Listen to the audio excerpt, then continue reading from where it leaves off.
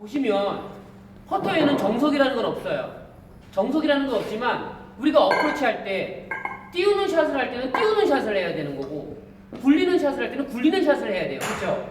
그러면 그게 뭐냐면 그 지형에 맞는 샷을 해야 될 필요가 있지 않느냐. 퍼터도 마찬가지예요. 그 지형에 맞는 샷을 해야 돼. 퍼터에는 보통 세 가지 퍼터가 있어요. 공을 톡 하고 때려치는 헉 스트로크라는 게 있고 팔로우 스트로크라고 해서 퍼터를 길게 밀어치는 이걸 팔로우 스트로크라고 하고 롤링 스트로크라고 해서 클럽이 올라갔다가 내려갔다가 올라가면서 공이 맞는 롤링 스트로크라는 퍼팅법이 있어요. 어떤 게 정답이고 어떤 게 안 좋은 게 아니라 그 지형에 맞는 퍼터를 할 줄 알아야 된다는 거예요. 하나만 고집하면 안 되는 거야. 공을 탁 하고 때려치는 경우 같은 경우는 어떤 경우냐면 가까운 거리일 때 1m, 2m 이 가까운 거리일 때 공을 탁 때려쳐가지고 공을 보내면서 홀컵을 집어넣게끔 자 공을 탁 하고 때려치게 되면 직진성은 굉장히 좋아요. 가까운 거리에서 탁 때려서 어떤 스핀 없이 딱 들어갈 수 있다고. 단 얘는 라인을 태우기가 굉장히 까다로워요. 그리고 거리 조절하기가 힘들어지고 이 두 가지의 단점이 있어요. 단 직진성은 좋죠. 그러니까 거리 조절 능력이나 라인을 태우기 힘들어진다. 자, 팔로우 스트로크 같은 경우에는 조금 가서 쭉 밀어치는 경우 같은 경우는 어떤 경우냐면 거리 조절하는데 굉장히 탁월해요. 거리 조절하는데.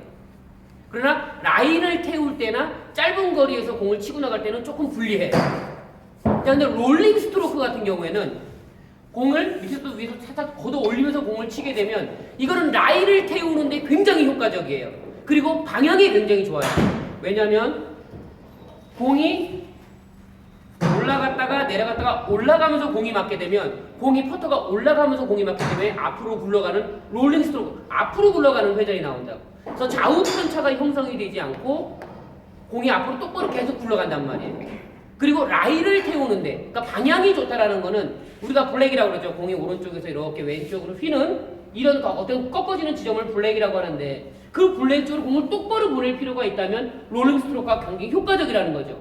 자, 그렇다면은 짧은 거리일 경우에는 롤링 스트로크나 팔로우 스트로크보다는 짧은 거리일 때는 톡 때려가지고 무겁다 집으로 공을 집어넣는 게 효과적인 거고 어느 정도 중장거리에서 블랙 라인을 태울 경우에나 그러니까 정확한 방향성을 요구할 때는 방향성 같은 경우에는 롤링 스트로크를 가져가는 경우가 있어요. 근데 이 롤링 스트로크의 약점은 거리 조절하는데 조금 애로사항이 있어요.